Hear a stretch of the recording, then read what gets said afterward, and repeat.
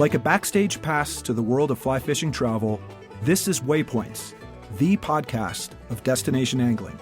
News and events, helpful travel tips, destination profiles, great stories, and expert advice from some of the most seasoned and experienced names in fishing travel.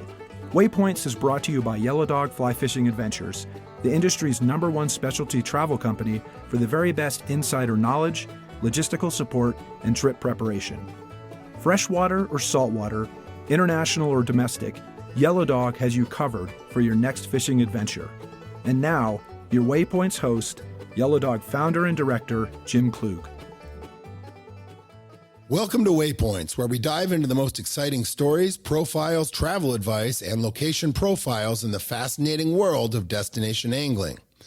Today, we're taking a trip to the pristine wilderness of Manitoba, Canada, talking with Ken Gangler, the visionary behind Gangler's North Seal River Lodge. Nestled in the heart of Manitoba, North Seal River Lodge has established a reputation as one of the most acclaimed fishing and adventure operations in all of North America, a true testament to Ken's lifelong passion for wilderness, fishing, and creating unforgettable outdoor experiences. The lodge is located on a private, exclusive concession spanning more than 6 million acres. This remote wilderness setting is home to an untouched network of lakes and rivers, offering anglers access to trophy northern pike, lake trout, Arctic grayling, and walleye.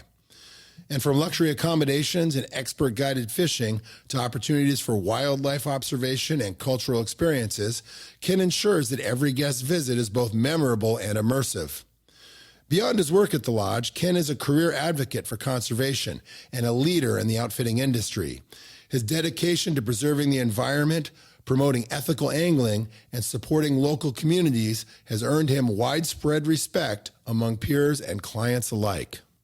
Ken, welcome to the show, and thanks so much for sitting down with us today. Thanks, Jim. It's good to have you here. Yeah, it's a pleasure. Well, I want you, for our listeners, to start at the beginning. How did you first get your start in the lodging and outfitting business? Where did it all begin for you?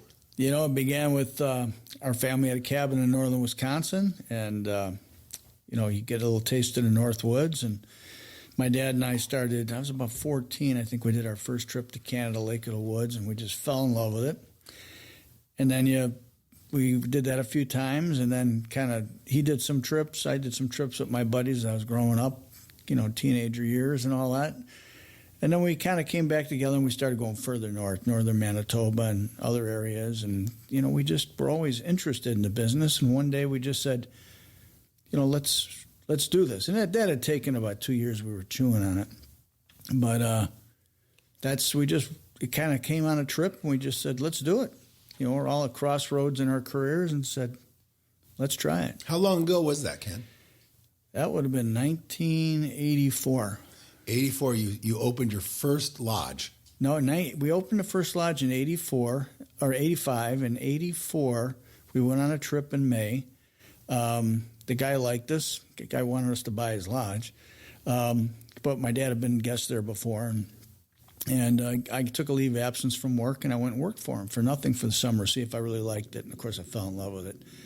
And after that, we kind of toured around the next year and looked at some lodges and all that stuff, and we found this one lodge in Reindeer Lake, which we quickly made a deal on, and it had exactly what we were looking for, and bought our first lodge and just started going at it, And now fast forward to today, you've got a very different operation, and a very well-known operation called North Seal River Lodge. It's your main operation. Talk to us about the lodge. The lodge is unique. We owned 2 lodges before this, and lodges that are still going to this day. Still great fisheries, but the North Seal River was the last undeveloped area below the tree line. And others had tried to develop it and failed. That was kind of before satellite telephone and all that. And basically, because it was so remote and so far away from everything else, you had to go in there and build a runway right away, which is, extremely expensive. And why it hadn't been developed is because it didn't have one big Canadian lake. Pretty much all the lodges you see are on big lakes and have been there for a number of years, and that's how they got developed. Well, the North Seal was a different concept. It was really a bunch of nice-sized medium lakes. I mean, to others, they might, like our main lake is 18 by 10 miles. But Not small. Not small, but by some people might think for building a big lodge on it and all that. But we looked at it as kind of an Alaskan fishery, where they can have a main lodge and they go to different locations and rivers. Well, we knew about the water because the guys who had tried to make it up there and had not cut the mustard, the guests coming back there were raving about it. And then we had some guides at Reindeer who came out of that operation when it failed, and one of them was his trap line. I mean, he'd been there for 30 years, told us all about it. And so when we decided to look for the ultimate, we wanted the ultimate, and we keyed on that area. And I mean, it's unreal. It's 12 river systems. It's 100 lakes. We have almost 6 million acres allocated to us. There's nothing like it. But what we had to wrap our heads around was the fact that it's kind of like an Alaskan lodge, where you have a base and then you fly out to different places or portage to different places. But it's about catching fish. It's about opening water. And then the idea was to throw so many boats out there that the lakes constantly stayed fresh, pristine.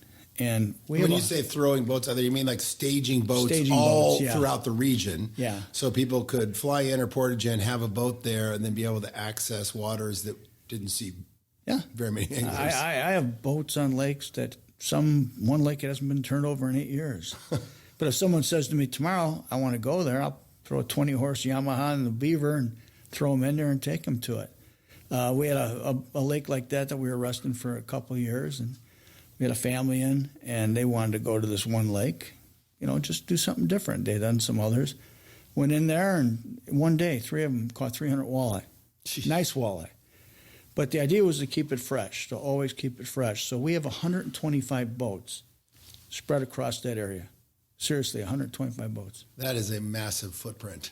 But the interesting thing to me is you were saying that most of the big Canadian lodges will pick one giant lake. They're based on that. With your model, you are based on a lake, but it's interconnected with all of these other lakes and different river systems that allows you to access all different types of water. And again, 6 million acres? I mean, talk about hard to wrap your head around something. That is a massive area. We go from the 50th parallel all the way up to the 60th. Seriously. Yeah. That's how far it goes. I mean, there's nothing else like it. Well, when did you open North Seal River Lodge? We started with a couple outpost camps, I think, in 94 and 95, but the actual lodge, we did it in like 2 or 3 years, and the lodge actually opened in 1998. 98. Yeah. And why did you pick this specific part of Manitoba? And you said people had played around with the concept before. Logistically, it was too difficult. They hadn't been able to do it. What made you guys think that you could pull it off? Because we're the Ganglers. We're crazy.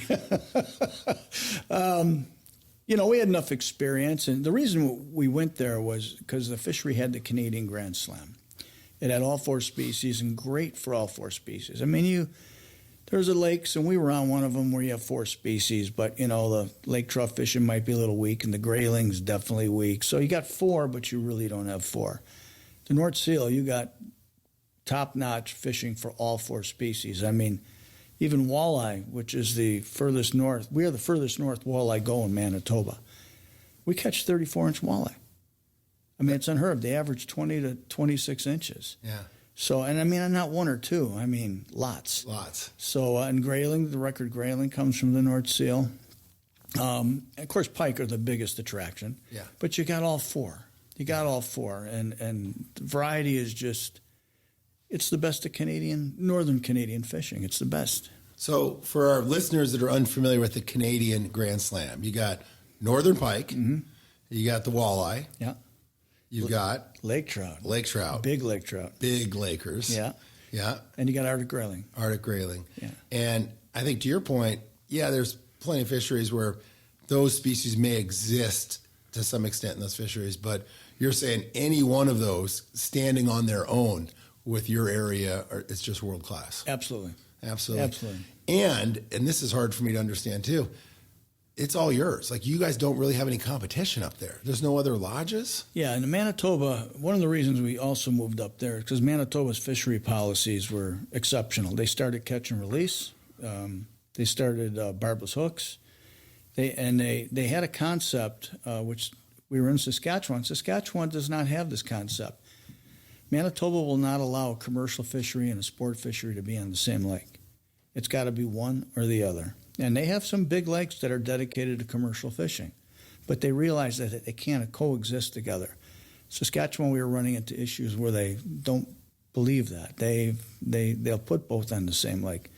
So with Manitoba, you've got these protected areas. First off, the lake's protected from any outside interference with a commercial fishery or anything, but it's also then they call it your area of interest. Unless you're on one of the exceptionally big lakes like God's Lake or something like that, you're the only lodge in that area. They give you your area of interest and they protect you. That's amazing. There's some real foresight there. There was. Not a lot of places do that. No. Manitoba's a great province. Well, talk to us about the main lodge itself, North Seal River Lodge. Describe the facility to us, how many people you take, kind of what someone could expect if they were to arrive at the lodge. Walk us through that. Well, the main lodge, I'm a fisherman. As you know, I still go on trips. I just got back from Belize 2 weeks ago, and I'll be planning my next trip here at the show while I'm trying to sell somebody else a trip. It never stops. Well, anyhow, we've always based what we do on our trips and what we like. First off, we've never had a big lodge. We don't believe in them. I mean, we easily had the areas to put 40 or 50 people through a lodge. Don't believe in it. When you come to Ganglers, it's limited to 26, and usually it's a little bit less than that. A very warm feeling, a very intimate feeling, very personalized. I am around all the time. I greet the people when they get off the plane on the runway. I say goodbye to them when they leave. But I'm walking around that lodge all the time, checking with them, trying to get a feel for how the trip's going. Fishing, we have so many options there, and sometimes people come and they have an idea of what they want to do, and they get up there and conditions may change, or they might see somebody else doing something else. No problem. It's all personalized. At the end of the day, it's about making people happy. And you can do that with 26 guests. You can't do that with 66 guests. No, not at all. And I mean, no, it's very warm and very intimate, and it's. I had a saying. I've got a saying, and if he was still alive today, I would want to be the fishing lodge in Canada that Ernest Hemingway went to and always had his little corner at the bar every year. I like that. Yeah. That's great. Well, along with the main lodge program, you guys also have different outpost locations, and you mentioned that you kind of started with a couple of those before you built the main lodge itself. Talk to us about these outpost offerings. The outposts are cool, and the outposts are basically do-it-yourself locations. At Ganglers, two things. First off, you don't tell fishermen how they want to fish. So, as I'm training, top people in my office, you have lodge fishermen and you have outpost fishermen. Outpost fishermen wants to do their own thing. They don't mind running the boat. They like to do their own little schedule. They like to be on their own. So what we did was we created outpost camps. Now, there were outpost camps before, but the old joke about running water was running with the pail down to the lake. A lot of cases, that's not too far off the map. What we saw was that there were people who could afford it, who, because they were outpost fishermen, did not want to go to a lodge, but they still wanted amenities. We have generators, we have camp managers, really nice outpost camps. Starlink, I have Starlink in all of them. Boat equipment is top notch. So we set up these outpost operations for the outpost fishermen who wanted a little bit more. He wanted something nice, and that's kind of how we do things anyhow. I mean, we tried the rough outpost camps a couple times and dropped it like a hot potato. We'd rather just give them quality, and this way when they go there, they know what they're getting, builds a clientele, but they can be comfortable, and then they can just relax and fish and have a good time. So if you're someone that wants the full catered lodge experience, all-inclusive, guided every day, North Seal River Lodge, the main lodge, that's your answer. Yeah. If you're a little bit more of a self-starter, do-it-yourself type angler where it's like, look, I want amenities, I want heat, I want Wi-Fi, I want good food, but I kind of want to fish on my own and do my own thing. That's what the 5 outpost locations are for. That's what they're for, and we do mix it up a little bit. Like you can hire a camp manager to cook for you. You can hire a camp manager to guide for you for a couple of days. You can mix it up a little bit, but not like you can at the main lodge. And of course, you don't have the magnificent lodge like you have at the main lodge. But it's just to add a little bit, because sometimes you get groups and, it might be a family going up there and, maybe somebody who's older needs a guide for at least a few days, or maybe in general. In most cases, we can tweak it to do that, allowing them to stay together, and everybody's has what they want. So with the main lodge program, because I think, certainly for our clients, we get a lot of people that want that catered lodge experience.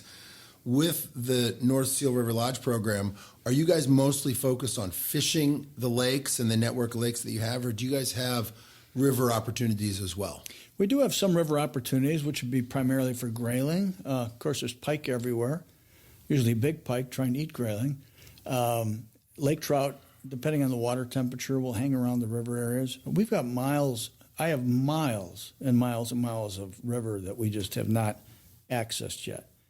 As you get somebody on a trip and there's only so much they can do, but I'd love to get some diehard grayling fishermen, and my God, I could have them fish a virgin different stretch of river every day if they wanted to. Oh, really? Not a lot of places you can say that. I mean, it's 6 million acres for your area of interest. There has to be large chunks of this you've never even fished, that's never seen an angler before. Absolutely. Absolutely. Yeah. Not too many places in the world like that. Yeah. So I want to get back to the fish species. We talked about the Canadian Grand Slam, the Big Four.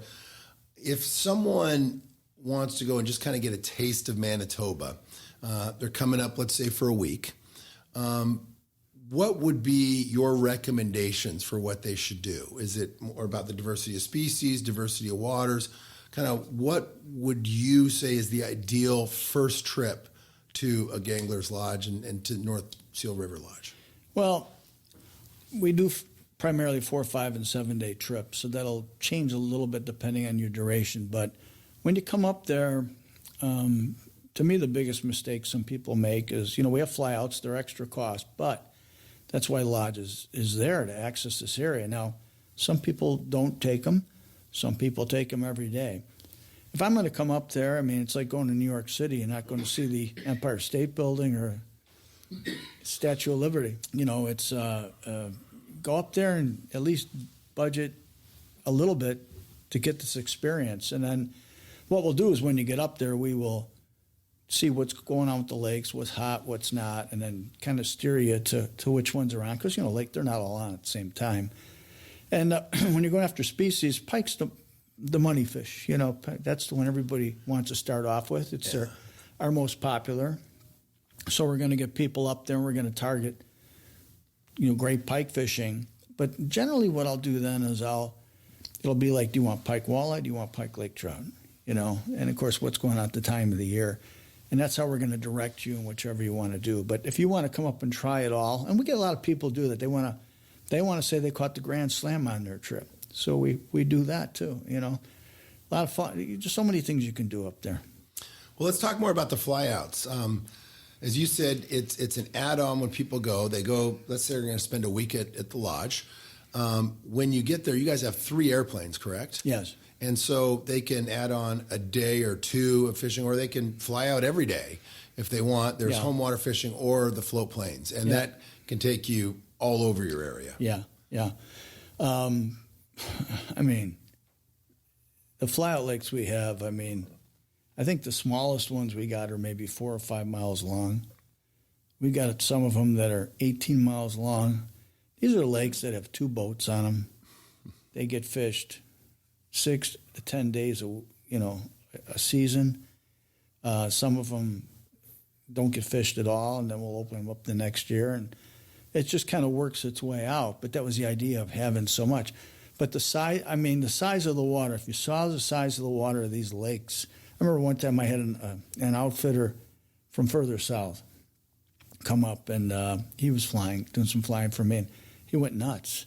He was like, I could put a lodge there. I could put a camp there. I could do this. I could do that. And I just shook my head because that would ruin it.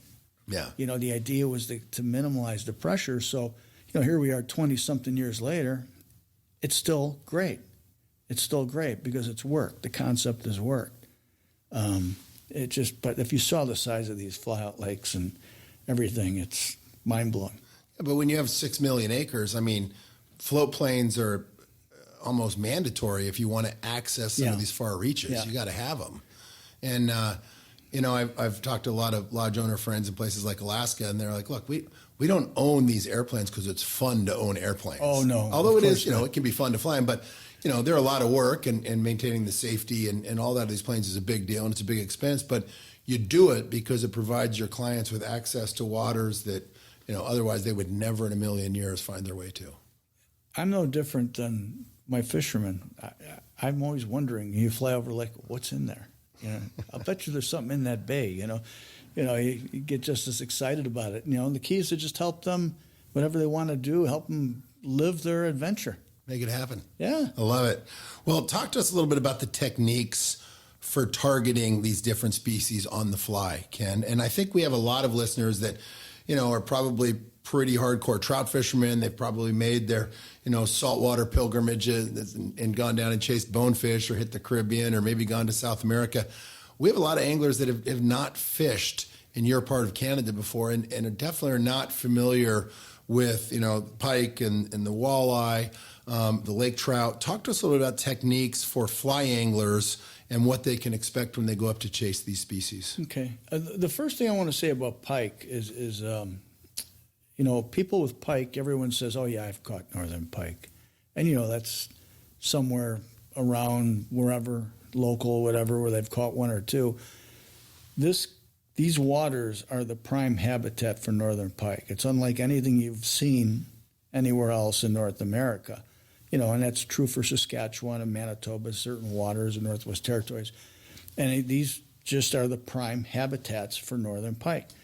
So when you get in there, it's not just like catching one or two. And in the springtime, after ice out, there's a period of about 4 or 5 weeks. And pike and lake trout are very water temperature sensitive. So the pike will go in first off for heat. They're recovering from the spawn. I've seen pike in 1 foot of water with their back sticking out, right up against marshy areas, just trying to soak up heat. You go into a bay, and I got pictures of it, where you go into a bay and you could see 50 fish there. And the difference is I do a lot of saltwater fly fishing. These fish don't spook. My guides don't shut the motor off. Of course, they have 4 strokes, but they don't spook. You sit there, and I think Flip Pallet said it was like fishing for snook with the attitude of a barracuda, you know, and that's what it's like. It's hunting fish. And so you're doing shallow presentations on the fly, floating fly lines. Flies, the thing about pike flies too, pike flies and muskie flies are quite different. Muskie take a much bigger fly. You don't need that big fly for pike. So you're talking a 6 to 8 inch fly, and get out there and you're casting these fish. In a lot of cases, with clear water, you can see the fish, and you're actually, if they don't hit it aggressively at first, they might follow up, and you're teasing them. You're literally teasing them with the fly, which is so much fun, trying to trigger the strike, which usually happens. And it's usually pretty violent. It's awesome. Oh, it's awesome. You see that big white mouth, and away they go. Well, and I think to your point, you said, you know, there's people that will tell you, oh, I've caught pike. It's like, yeah, maybe you caught a smallish pike on a side channel. That's not pike. I mean, when you hook into a proper pike, like a 40-plus inch monster, a big Esox that just hits with violence, it almost scares you off the bow of the boat. Yeah. It's just, the eats can be ferocious. The takes are amazing. Yeah. And it is some super cool fly fishing. There's no doubt about it. It's fun to get people up there who fish further south and have no idea. Because once you get them up there, they're always going to want to do it. They're just hooked, no pun intended, because it's just such an amazing fishery, and you get the volume, and there's no wariness. It blows their mind. Absolutely blows their mind. What are you recommending for your pike up there as far as rod and reel setups, fly lines, that kind of thing? I like a 9 weight. I think an 8's a little bit too light. You can go to a 10. I don't think you need it. I really don't think you need it. I think a 9 will do everything you need. If you can't cast well, then we can go to a 10. But generally a 9's going to do everything. You don't necessarily, I'm a T-bore guy, but you don't necessarily need a T-bore reel. Even an Orvis Hydros is a nice reel. Any kind of decent reel will do it for pike. You're not going to burn out a drag on it. Floating fly lines, at least for the first part of the season, floating fly lines. And then you're going to have about a 7-foot leader, mono leader. Reel makes some great leaders. I always recommend wire tippet. I do not recommend fluorocarbon. It works 90% of the time. Man, I've seen people when they get that one big one on, and that's the one time it fails, or he bites through it, she bites through it. So I really believe in a wire leader. There's a lot of neat things with wire leaders coming out with little snaps on the end, stuff like that. I think Lefty Cray at times would put on a wire leader like the spin fishermen would use, stuff like that. So that would be it. And then later in the summer, what will happen is the weed beds will come up. And as the weed beds come up, we still have pike in the shallows. We'll still be fishing that a little bit. But some of the pike will move into what we call the cabbage weed. And in the cabbage weed, they'll sit sometimes in 6 to 8 feet of water. Smaller ones will be up towards the surface. You catch all the numbers you want. But the bigger ones will be sitting below like alligators. I've seen them. I've just turned the motor off on the boat and just sat looking over, just drifting over weed beds, and they're just laying down there like alligators. It's crazy. Just waiting, And when you're doing that, then you can use an intermediate line or a good sink tip. You want to keep that pike fly down lower, trying to fish the lanes through the weeds. A weedless fly is good. A popper is really good, too, at that time of year. A popper or gurgler or anything like that, you'll get them coming up and just destroying it. Oh, the visual is just awesome. How about for the other species? So let's say lake trout, walleye, what am I bringing up for gear? Lake trout, 9 weight's going to do the same thing. Early on, lake trout are extremely water temperature sensitive, 48 to 52 degrees. So you're going to find them very shallow first part of the season. And you're going to go, you're going to fish like river channels, sand points, stuff like that. But then they'll come the end of June, they'll start sliding down. And then after that, you're going to want to get into a sinking line. And then, of course, as you get into like the third week of July, then they're going to be in the holes, which are funny because a lot of fishermen, fly fishermen, like to fish them in the holes. And if you have the right fly line on, they get so concentrated. It's stupid. It's silly, because they're just so concentrated because of the water temperature they need and all that. I've gone through water columns with a depth finder on, and you lose your bottom readings because the fish are so thick. So, I know like Lefty and Dan Blatt and those guys, they just love, of course they always want to do challenges, but they love fishing lake trout on the fly. Oh, yeah, absolutely. So 9s for both pike and lake trout. Walleye, what are you liking there? Walleye, 6 or 7 weight. You could go stay with a floating or with a sink tip. Our walleye are generally pretty shallow. Sometimes we're catching them in 4 or 5 feet of water. As you get maybe into the middle of July, they might move into areas between 6 and 12 feet of water.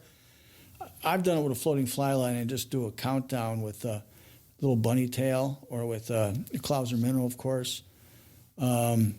With a little sink tip, and then you get them in the schools and all. And it's really a field game. You're just kind of letting it sink down and all. But, one time I was out there with Lefty. It was kind of funny because he said to me, he goes, Ken, I want to go out today and I want to fish for walleye. And I said, walleye? And he said, yeah. He said, it'll be the 87th fish I've caught on a Clouser minnow. I said, okay. And I got to go with him, which was very, very rare. And there was 4 of us. We went out, and I knew where we wanted to go, and we went into like a really neat channel between 2 lakes. And I mean, an hour and a half or so, we got into like 80 fish between the four of us, up to 8 pounds, just whacked them. Could have stayed there all day, But that's walleye fishing. That's a good memory. Yeah, it was fun. It was neat. And then with the grayling, you're fishing light, I imagine. You're fishing light. You're going to fish a 4 or 5. It's funny. My best friend who's fished up there quite a bit, he's a great fisherman. He lives on the Pere Marquette River, actually. And he does really well on grayling. Well, and I always kind of kick him in the butt because I think he gets a little overhanded. Like, I'll use a 9 for permit. He'll use 10. He'll use 10 for pike. I'll use a 9. Well, anyhow, he was telling me, he admitted the other day that he uses a 7 weight for grayling. But he likes to catch big grayling. And he catches big grayling. So I don't know what to say about that, but I guess I'm not going to argue with his success. But I would go with a 5. A 5 is a real safe rod. You're going with floating. You're going to go with a floating line. You're going to, it goes between dries. But, you run into periods with grayling where grayling will drop down. And it's either because there's no hatch happening or it's because there's a pike or a lake trout in the area and they're freaked out. And what I was actually taught this a couple of years ago by a really good trout fisherman. I'm not necessarily a really good trout fisherman. He went to a double nymph, wet setup, and he smoked them. And that just works really. When those lake trout or those grayling go down, that's just the way to go. And it seems the double makes a big difference over the single. Good to know. Well, again, the diversity is sensational. I think a lot of people don't really think about that. Yeah. I certainly think that all 4 are kind of on equal footing as far as the opportunities. It's not like occasionally you get a couple of these. Like all 4, they're there, that Canadian Grand Slam. Well, the other neat thing about it, too, like an example on the main lake, you can go out. I've talked to people, been to other places, and they have to make a special trip or a fly out for grayling. We don't have to do that. Like, you'll fish your way down the lake towards the river where the river exits. When you get down there, you'll fish for grayling. If they're hitting, that's great. If they're not, you just leave for a little bit, go fish for pike or lake trout somewhere else, and then come back a little later and try them again. It's not some big caravan you have to do to get at them. As long as you're fishing in the area, you're still just kind of switching and go back and check them out again and see if they're on.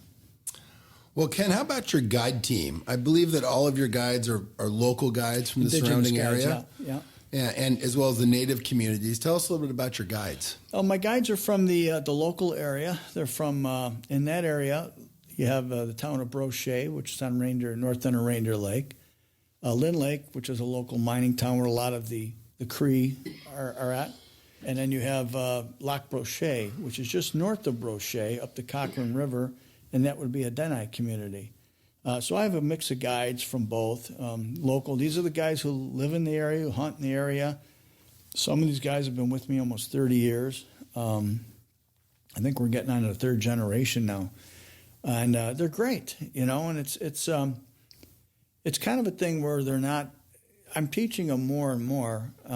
They're not going to tie you, a bimini twist or anything like that. They're just not going to do that, but they know what they're doing. And they know where the fish are. They know where the fish are, and they know how to turn the boat and all that. I've had to talk to them about a few things about fly fishing over the years, but they're great. I get a lot of compliments on them. So, do your guests bring all of their own equipment when they show up, as far as terminal tackle, flies, or do you guys offer all the gear at the lodges? A lot of guests will bring their own stuff. It used to be the guests brought all their own stuff, but it's really changing in the last few years. I don't know if that's because of the airlines or what, but so we offer it at the lodge. We will rent rods and stuff like that for a very minimal rate. I work with Sage. I work with Orvis. Work with Temple Fork. On our different gear and stuff like that, and I have it all set up, and so we've got lots of rods and reels, and I would say it's probably gotten to about 30-35% of the people now are using our equipment. And you guys sell flies and terminal tackle as well? Yes, You do. We have a full shop there. So if worst case scenario, somebody lost their bags on the way up, they're still in the game. You got everything they need. Oh yeah, and we got a great fly tying table there, and so they're always welcome to sit down and tie if they do tie. What about key pieces of equipment that you have to have if you're going up to that area? Waders and boots, for example, are people fishing in waders and boots all day, or is it if they're standing in a boat, they're not bothering? Yeah, we don't use waders and boots there. We don't do that with the grayling. The rock here is kind of big and slippery, so a guest can do it. We've done it in the past, but it's not something I push unless it's someone who's very experienced and want to do it. And a lot of our grayling fishing is easily accessible from the boat. Okay. Or you can get you on the bank and all that stuff. There's like kind of open areas, on the rocks, on the dry rock where you can stand. But wading is got to be the right situation, So you don't need to bring that? No. No, but good layers, good rain gear. Exactly. Clothing. Polarized sunglasses, too. You got to have polarized sunglasses. That is key everywhere.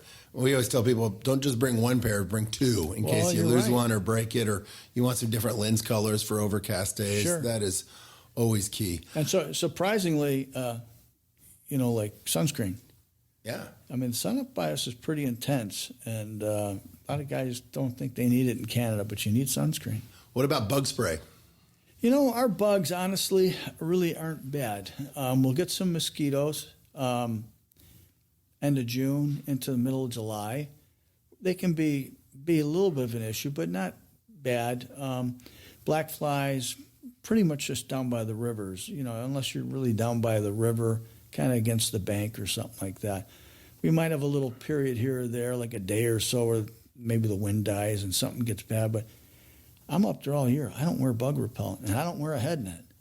You walk around and it's not like I've got camps up in the tundra too. The tundra is extreme. Yeah. But where we're at, it's not like that. Nice. Well, talk to us about the actual journey on getting to Gangler's North Seal River Lodge. What does that look like? How do guests get there and arrive at the lodge? Well, we hub out of Winnipeg. And that's the major Canadian city in Manitoba, one of the Canadian major cities. Happy to say that air connections are really coming back now. I think we got 4 or 5 flights a day now from Delta. We have 2 out of Chicago from United, 1 out of Denver from United, and WestJet has some direct flights now going out of Atlanta. There's another city it's coming out of, and then of course there's always Air Canada, which will take you up to Toronto, Montreal. So our air connections have gotten really good in the last year. They've really come back. And then what you do is you get to Winnipeg, great city. We have an expediter there. We got a hotel right by the airport. You overnight. Next morning, my expediter picks you up around 5:30ish, collects everybody together. She's already taken your big bags and brought them over to the charter company. And then she'll take you to the airline and load you on the plane. And we have our own runway. We have what's considered the best runway in the north. It's 5,400 feet. Has GPS approaches on both ends. I can't stress the importance of that. And it's tested every year. And we are the only lodge up in that area that is certified to land an ETR 72 on it. 42 is a lot lighter aircraft, but the 72 can fly direct.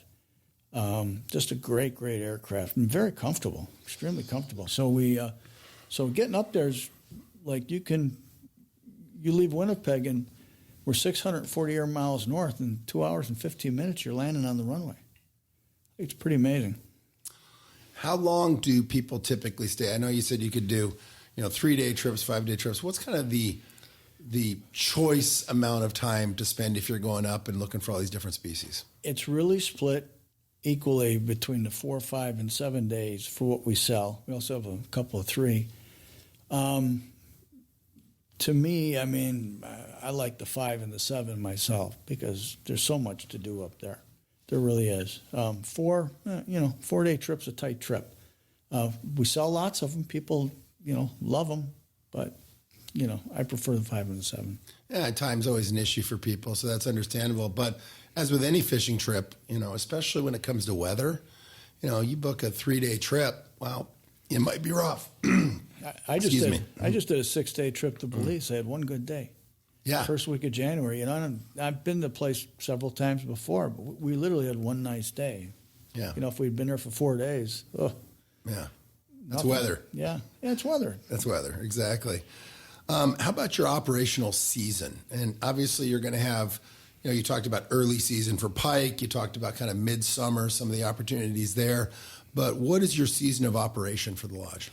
For the lodge goes June, July, August, September, and into the first week of October.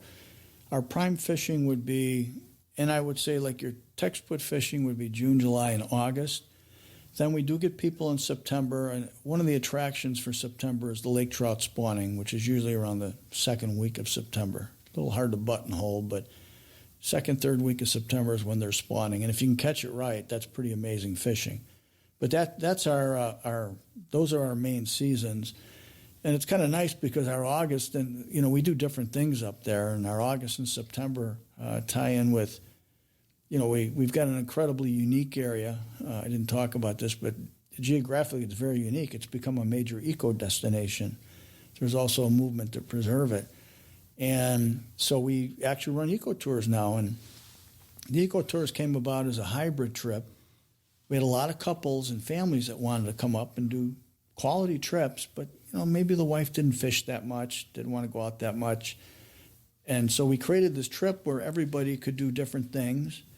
Didn't have to be fishing all the time or mix it up. And, we had a lot of archaeological tours. I have biologists on staff and created a really neat mixed, I call it a hybrid trip.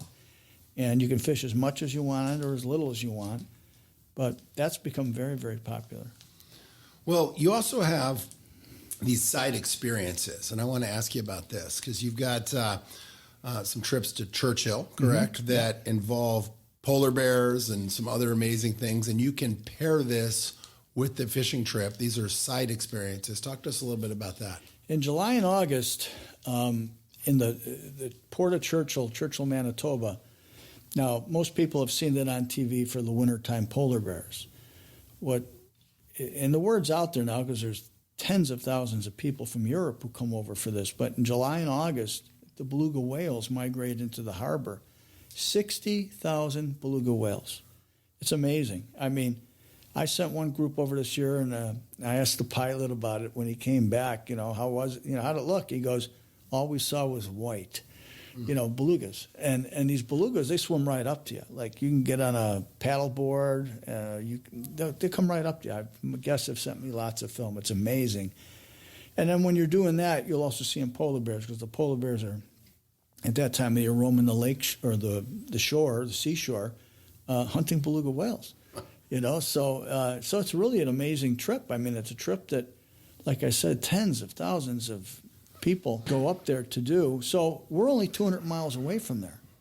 So it was like, well, why not put together a combo trip? So we do like a 3, 4, 5-day trip at Gangler's where you can have our great experience. And then we'll transfer you over to Churchill. It's only 200 miles away. And then you can do 3 days in Churchill and then back to Winnipeg.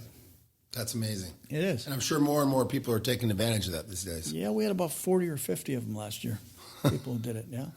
Well, let me get back to something that I'm always fascinated with from a logistical and operations standpoint. I know from our years of booking trips kind of all over the world and working with all these different lodges that operating in a remote environment takes a ton of work. And then exponentially for you, I mean, in a remote environment in northern Canada where you have 6 million acres that surround you, the logistics and the planning and the processes that go into running an operation, running a lodge up there, hosting clients week in and week out throughout the season, it just has to be massive. And I think a lot of times from an angler or a guest standpoint, you don't realize that, which is the idea, right? You want it to appear seamless and easy and everything's just smooth.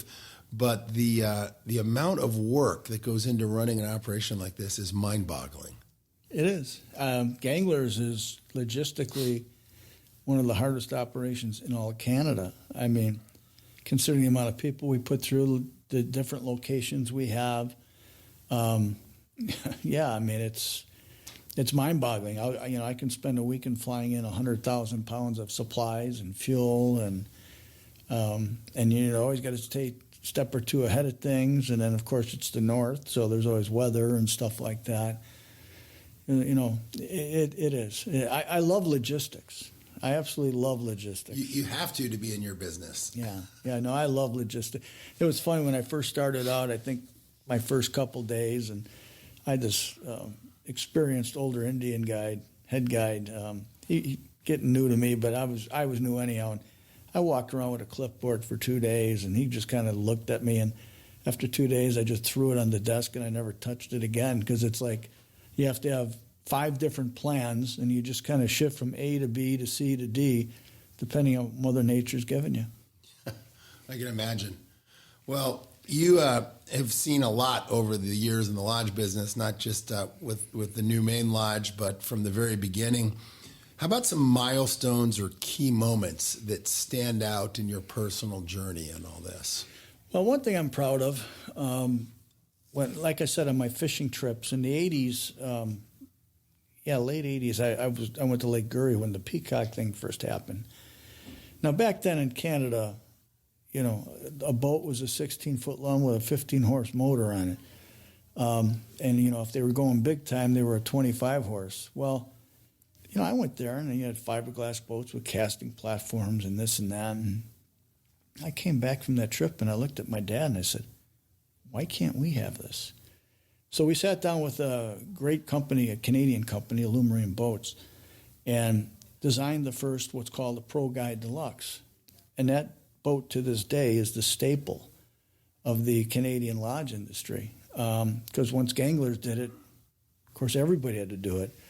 And it was funny because the owner has since sold, but he said, we're the best thing ever happened to his business, because everybody had to replace their boats. So that was a really neat moment. The fly fishing thing, fly fishing for pike has been a struggle. It had been a struggle, when we first started pushing it with Lefty and Flip and all the guys who helped out. But Larry Dahlberg, of course. But it's nice to see it has matured to where it's really worked its way up on the bucket list. And, of course, now more and more as more people have experienced it, it's become a staple in their choices. Well, as an operation and you as an owner and an outfitter, you've really collectively been known for your strong commitment to conservation. That's something that's been kind of a constant all throughout your career. Can you share some of the efforts you've made to preserve your fishery and the surrounding ecosystem that you've felt have really worked for you? Well, I'll give you one odd little twist that, Manitoba pushes single barbless hooks. I don't believe in single barbless hooks. And I'll tell you why. Because in particular, fishing big lake trout, a lot of times someone will be using a big spoon or something with a single barbless hook. I've seen more big lake trout killed because they take the spoon too deep because of the single barbless hook, and it goes in and actually come up and through the top of their head and kill them. So I believe in barbless treble hooks because then the hook doesn't go in as far. So that's maybe a little odd thing to be talking about, but that's something I've seen and I firmly believe in. So people say, are you single barbless hooks? I said, absolutely not, because I think it does more damage than anything. Yeah. Yeah. So barbless, just not single. Yeah. Just in this way, the treble hook, they can't take it down as deep. Makes sense. Yeah. How about the rotation of your waters? I mean, I guess when you have 6 million acres, you don't necessarily need to think about overpressuring water like other fisheries do, but as far as rotating things out, resting different lakes and different waters? Yeah, we definitely do that. And my dad, who since passed away, he was a salesman. And, we had some of our lakes, I'm very strict about this. And it's really, what does that lake handle? And we've got some, like I've got one pike lake, it's awesome. It's been on TV several times. It's got one boat on it. How many arguments there were to put a second boat on it? I refused, absolutely refused, because it would kill the lake. And then I couldn't live with myself if we killed that lake. You know what I mean? So, yeah, very, very strict. Our flyout lakes are generally 1 or 2 boats. And like I said, I've got a lake that's 18 miles long. It's only got 2 boats on it. But you know what? Someone goes there, it's fresh. I had a guest, sometimes you hear some interesting things, and I had a guest of mine, a new guest, this last year, and his friends went into a lake, and he said, and they had a great time. And he's like, well, we want to go, tomorrow, and they were scheduled to go back there. Now, like I said, it's 18 miles long. And this older fellow sidled up to me, and he's like, do we really want him to go there? And I said, what do you mean? And he says, well, somebody fished there today. And I kind of, I'm trying to be very nice, but I was like, sir, the lake's 18 miles long. Like, would they hit 3 spots? We're good. Yeah. And he's like, well, can't you put us on a lake that no one's been on before? And the guy, always a lake that someone's never been on before, but the guy knows it. Yeah, we'll be fine. We can send him there tomorrow. Yeah. No problem. Well, tell me, who is the ideal guest for Gangler's North Seal River Lodge? What type of angler is best suited for visiting and fishing your operation? If you could kind of lay that out and say, look, if you fall into this category, you're going to love this experience. Boy, that's a tough one, because I enjoy so many different anglers. I enjoy the well-traveled angler who's been around and then comes to Ganglers and can truly appreciate, what we're doing there, because he's got stuff to compare it to. I also appreciate the person who, for the first time ever makes that it's an expensive trip, so makes that jump up to spend that kind of money on that kind of trip, not really knowing yet, and then they get in and enjoy it. And you're I guess you're building a new customer there, but not so much from the aspect of the customer, just seeing somebody who doesn't know, who comes in and gets themselves, they're having their trip of their dreams. We see so much of that, and I enjoy them all. I really wish I could answer that. I like taking each different guest and just figuring out who they are, and what they're looking for, and how to get it for them. Well, and when you do these consumer shows all winter long and you sit in the booth and you're talking to people about the operation, you win someone over, they're going to come visit you for the first time. They've never been, let's say they've never fished in Canada before, certainly not your area of Canada. What's the one thing you would want them to know before arriving at the lodge? We're going to take care of them. And if you have any questions, any complaints, anything, tell us right away. Tell us right away so we can react. It kills you when someone goes home and they haven't said nothing, and then they go home and you get a negative report, and you're like, all you had to do is say something. And, and as I tell you, I'm with people all the time and talking to people all the time. But, just let's work together and stay on top of it. So true. Yeah, we talk to people, and they're like, well, I didn't want to say anything. I didn't want to, be a problem. It's like, well, every lodge owner, every operator wants to hear if there's an issue, because otherwise they can't fix it. Can't fix it. Yeah. And 99% of the time they can fix it if they know about it. You just got to speak up. That's good advice for anywhere. I was just at a lodge that I fish at in Belize, and bad weather. And I know the guide. I fish with the guide often. And bad weather. And first thing I do is, I know what the guides are up against. And I just say, listen, we're here to catch permit. Well, we're here to try and catch permit. But, if it's overcast, if the wind's blowing, we know what's happening. And said, we'd also like to catch fish. You do what you need to do. Just communicate to us. You do what you need to. Let us know. And, we ended up running up into the river inland and fishing for tarpon, small tarpon, and we didn't catch any because I think the barometer dropped so much, but certainly saw rising fish, but really enjoyed the experience. It was something different I hadn't done before.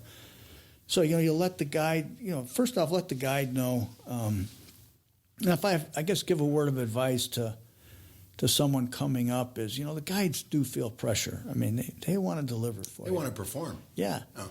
And just kind of let them know that you roll with them and this and that. And you relax them a little bit. They get more in their groove, I think. That's great advice. I feel like that's true anywhere you go. Yeah. Absolutely. Yeah. Well, any future plans for the Lodge or for the Ganglers programs? How do you see the program evolving in the coming years, and any big changes on the horizon? I don't see any big changes. We've just undergone the big changes with the addition of the hybrid trip and the eco. I'm always tweaking, I'm always improving, I'm always adding. But I'm really happy with what we have. So just a question of keep fine-tuning it, keep staying on top of it, and I think we're in a really good place. Nice. Well, congratulations. It's been a hell of a career so far, and it's amazing to discuss and talk about what you guys have built up there. It is really impressive. Thank you. It is. And thanks for sitting down with us today and joining us on the show. Well, thanks, Jim. Pleasure. I love working with Yellow Dog, and it's been a pleasure. Well, great. Well, that is it for this latest episode of Waypoints and our conversation with Ken Gangler of North Seal River Lodge. To learn more about booking a trip to any of Ken's programs, feel free to reach out to Yellow Dog for details or to get things started. Be sure to visit yellowdogflyfishing.com to plan and research travel, source gear, equipment, and flies for your next destination, receive notices of future Waypoints episodes, and stay up to date and dialed in on the latest in fishing adventure. Join us for our next episode, and remember, life is short, so get out there and see the world, because when it's all said and done, no one ever regretted a life of adventure. This has been another episode of Waypoints, the podcast of fly fishing travel and adventure angling. Waypoints is produced by Brian Gregson, with music provided by the Steep Canyon Rangers. Visit yellowdogflyfishing.com for more destination profiles, travel news, and expert advice, and be sure to join us for our next episode.